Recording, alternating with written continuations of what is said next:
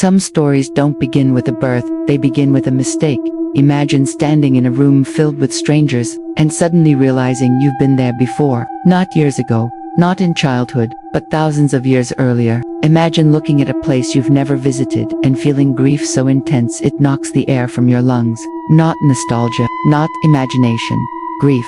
Because what if memory could survive death? What if a little girl fell down a staircase, and when she woke up, she didn't remember a dream, she remembered another life? And what makes this story disturbing isn't what she claimed, it's how much of it she somehow knew. Dorothy Eady entered the world like any other child, a small girl born into an ordinary English family. Nothing about her seemed unusual at first.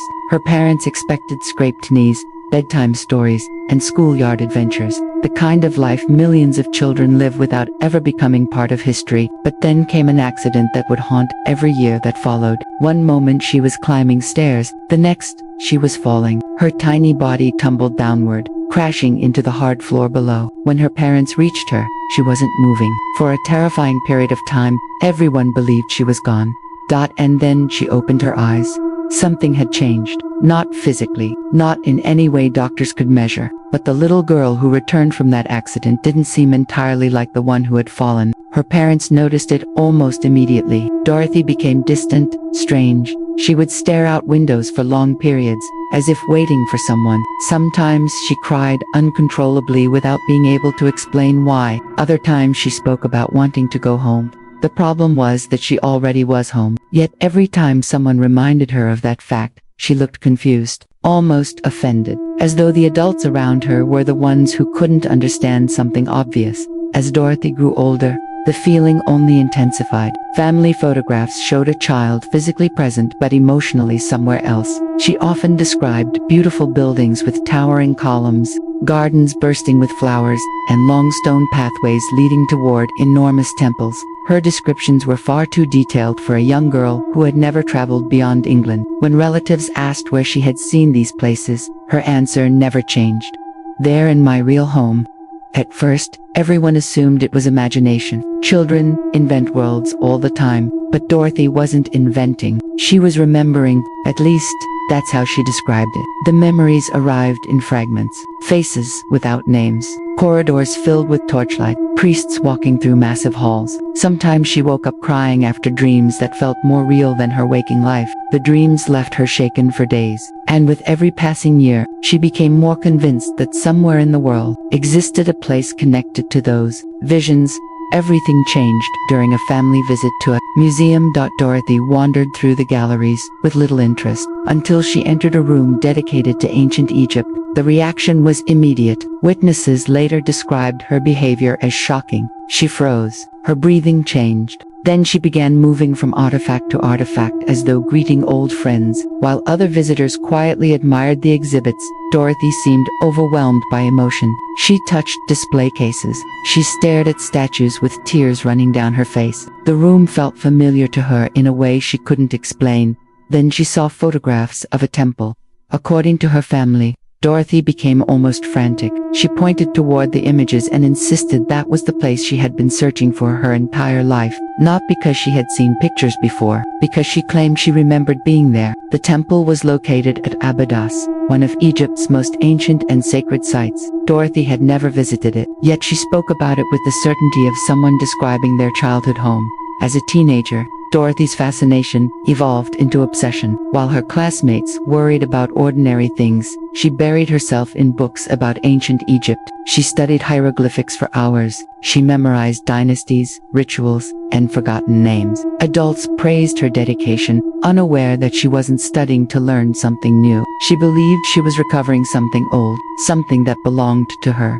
The strange part was how quickly she learned. Experts noticed it. Complex symbols seemed intuitive to her. Ancient customs felt familiar. It was as if she possessed a strange advantage no one could explain. The deeper she went, the more vivid her memories became. Sometimes she described standing beneath enormous temple walls. Other times she spoke of secret gardens hidden near sacred grounds. Details emerged piece by piece, like fragments of a shattered mirror slowly being reassembled. Eventually, Dorothy reached Egypt. For most travelers, arriving in a foreign country is exciting. For Dorothy, it was emotional devastation. The moment she saw the landscape, Witnesses claimed she broke down in tears, not tears of happiness, tears of recognition. She walked through ancient sites with a level of familiarity that unsettled the people around her. Certain paths felt instinctive. Certain structures seemed known to her before anyone explained them. The closer she moved toward Abydos, the stronger the sensations became. She described overwhelming flashes of memory, sounds, voices, emotions that felt disconnected from her present identity. Standing among ruins, thousands of years old, Dorothy often appeared caught between two worlds, one foot in modern Egypt,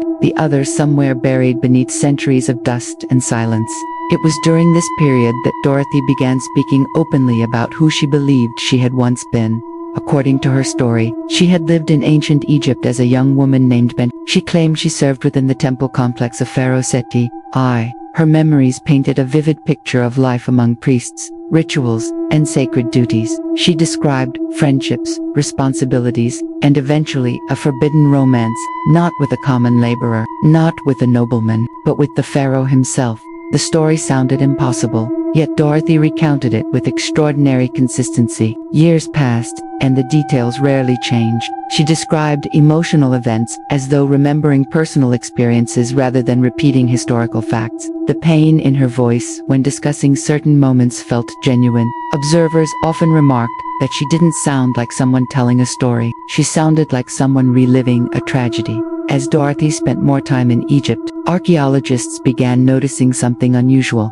On multiple occasions, she identified features of ancient sites before excavations confirmed them. She described locations of structures believed lost. She spoke of pathways and gardens that historical records barely mentioned. Some researchers dismissed these moments as coincidence. Others weren't so sure, because every correct detail raised another uncomfortable question. How did she know? The mystery deepened when Dorothy guided investigators toward areas connected to her alleged memories. Several discoveries appeared to align with her claims. None proved reincarnation. None provided undeniable evidence. Yet together they formed a pattern that was difficult to ignore. Skeptics searched for explanations. Believers pointed toward something far stranger. Then came a twist that complicated everything. Historical records revealed that many of Dorothy's memories contained inaccuracies. Certain timelines didn't perfectly match known facts. Some details appeared influenced by modern interpretations of Egyptian history. Critics seized on these inconsistencies immediately. To them, the mystery was solved. Dorothy had simply absorbed information from books, museums, and conversations before unconsciously weaving it into a personal narrative. For a moment, it seemed the entire story might collapse. But the collapse never came, because alongside the mistakes remained details that Dorothy should not have known. Information later supported by archaeological findings, descriptions that predated certain discoveries. The contradictions created a strange middle ground where neither side could fully claim victory. The mystery didn't disappear. It became even harder to explain.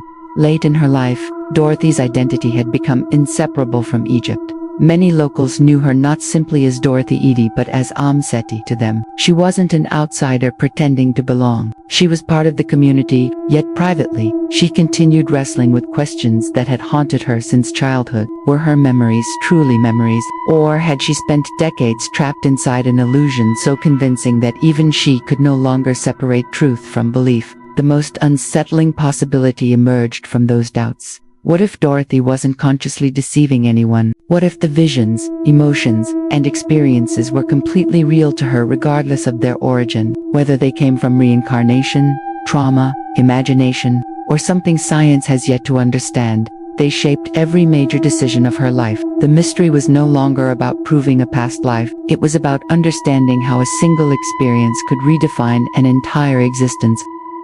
The full truth may be more disturbing than either believers or skeptics expected. Dorothy Eady was real. Her extraordinary claims were real. Her devotion to ancient Egypt was real. The archaeological community genuinely knew her. Her memories guided conversations, investigations, and debates that continue even today. Yet no definitive proof of reincarnation was ever discovered. No artifact emerged declaring that Dorothy had once been No ancient record confirmed her story beyond doubt.